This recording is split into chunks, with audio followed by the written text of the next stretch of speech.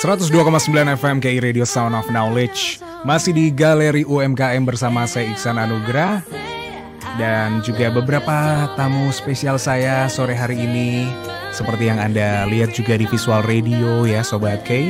Di sini saya kehadiran Ibu Wildaningsih, pimpinan TW Food Indonesia. Dan ada Mas Restu Prayogi selaku digital marketer dan Ketua Umum HIPMI Jember terpilih. Sore ini teman-teman HIPMI gimana dengerin Mas? Iya, teman-teman HIPMI kayaknya nih nonton bareng nih. Waduh, lagi nobar ya. Kemarin nonton Piala Dunia, sekarang waktunya nobar Mas Yogi. Iya, kayaknya lagi semangat-semangatnya nih. Okay. Saya titip salam buat teman-teman HIPMI semua. Kita bisa bangkit bersama, berdaya bersama. Luar biasa ya. Ini kayaknya juga Bu Wilda ini juga HIPMI juga ternyata. Oh ya. Gitu, ya sama-sama HIPMI Jember. Enggak, di Jember saya nggak aktif Mas. Dulu aja waktu kuliah. Iya, di kota asal ya. Di kota asal, terus kan itu kan ada apa namanya, setiap itu ada pasar seni kita namanya. Oke. Mahasiswa tuh dituntut buat jualan, buat jadi entrepreneur karena dari dulu ya. Iya, benar. Dan itu memang di sana yang ada tuh HIPMI di sana. Oke, mantep banget. Nah, saya ke Bu Wilda lagi nih. Bu Wilda, ketika kita memulai sebuah bisnis, sumber daya apa yang kita perlukan? Haruskah kita langsung membuat sebuah jaringan? Kebetulan saya tuh alhamdulillah dikasih kemudahan ketika saya memutuskan untuk menjadi seorang usaha ya, pengusaha ya. Kalau saya tidak setuju untuk bilang pengusaha kecil itu lemah, itu enggak ya. Karena menurut saya sejak dulu pun yang mampu bertahan itu mereka gitu. Dan kemarin juga COVID juga bisa dibuktikan gitu, yang mampu bertahan itu justru kami. Harus berjejaring menurut saya gitu, karena kita harus punya komunitas supaya kita tuh tahu arah gitu. Itu satu. Terus kita kadang kalau orang mau memulai usaha nih, teman-teman ya, bukan saya mengecilkan mereka itu kadang begitu ada yang laku nyoba itu gitu. Produknya yang dia tekuni sudah lama itu dia tinggalkan. Itu satu. Keduanya nggak fokus juga gitu. Padahal buang waktu kalau kata saya. Jadi kalau kita nggak ada di komunitas yang benar, perizinannya juga susah, cari pasar juga bingung gitu. Terus kita juga nggak paham belajar brandingnya itu gimana. Terus termasuk digital marketing itu ada kelas-kelas khusus yang free gitu untuk teman-teman yang memang aktif di komunitas gitu. Kebetulan saya tuh orangnya memang getol organisasi dari dulu. Jadi kalau kata saya sih wajib gitu. Kalau seorang UMKM wajib ikut komunitas apapun itulah. Yang penting memang mengarah ke usahanya dia. Bisa mengembangkan juga nanti ya usahanya ya, berpotensi jejaringnya itu ya. Dapat konsumen juga dari situ justru bisa. Karena mereka itu gini, misal yang saya beberapa kali alami, teman-teman yang memasarkan produk saya ke luar kota itu justru dari teman-teman komunitas. Jadi bahkan ada juga yang membawa ke Singapura itu teman komunitas gitu. Nah itu dia. Jadi diperkenalkan ke atas Singapura, ke kedutaan, seperti itu ya dari komunitas. Gitu. Baiklah Bu. Nah ketika kita sudah punya komunitas, oke, aman lah. Tapi menjalankan sebuah bisnis ya, gimana nih ketika kita harus menghadapi resiko-resiko yang bisa aja terjadi, tapi apakah resiko-resiko itu bisa kita hindari Bu? Tidak bisa ya. Cuma begini Mas. Ketika kita membuat suatu produk atau melakukan apapun, resikonya itu harusnya kita sudah bisa ngukur gitu ya. Harus tahu ya, memang ini akan ada resiko seperti ini ya. Jadi kita bisa meminimalisir itu gitu.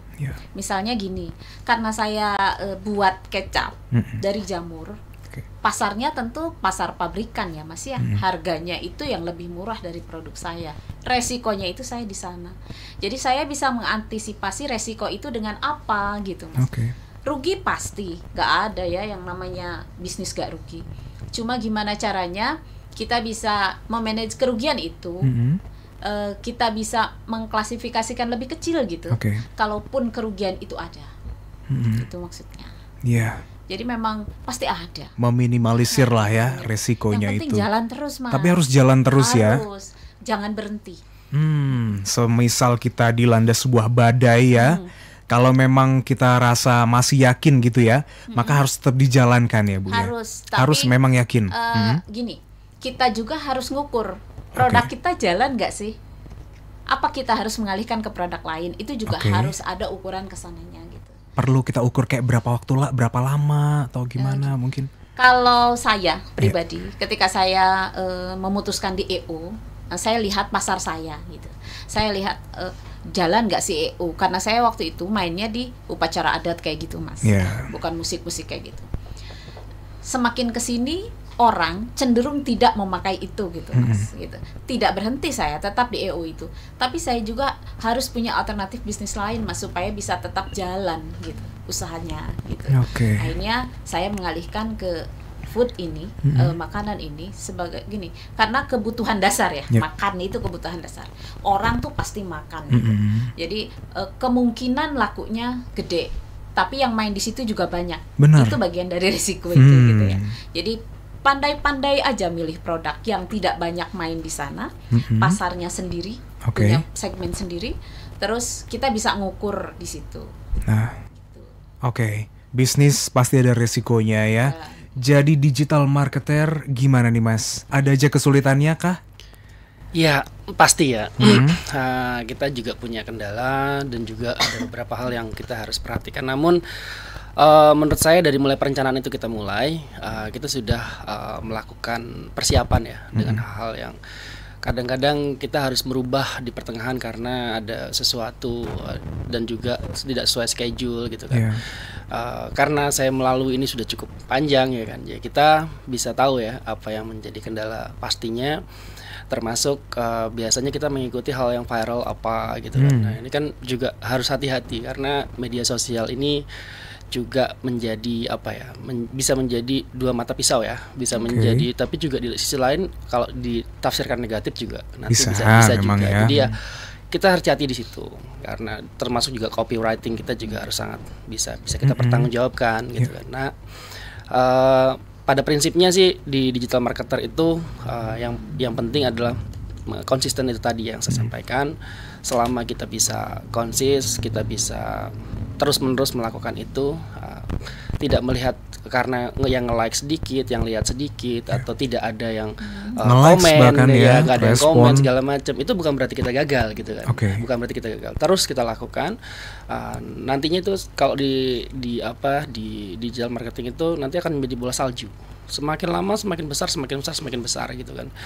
Nah itu yang saya lakukan, dan terus kita lakukan, dan perkembangan teknologi kan juga terus meningkat ya Mas. Kalau ada teori yang menyebutkan, ada teori Moore's Law yang menyebutkan bahwa setiap 20 atau 24 bulan itu teknologi bergerak 2 kali lipat. Gitu.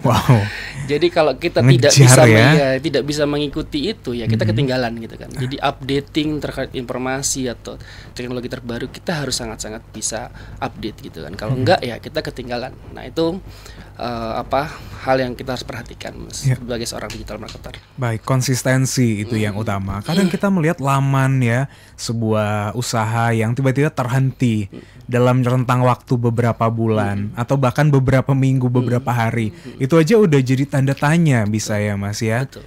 Dan kalau tidak aktif kan mereka jadi tidak trust ya. Jadi ini nggak aktif gitu. Apalagi kita istilahnya kirim pesan ternyata nggak dibalas gitu kan. Ini kan juga menurut para orang-orang yang melihat wah ini nggak aktif nih.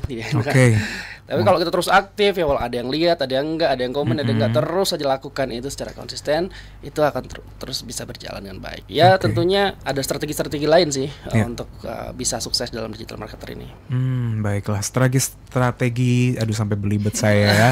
Yang lain itu apa kira-kira Sobat Ki? Setelah yang satu ini kita ikuti dulu Jaring Radio bersama Suara Surabaya.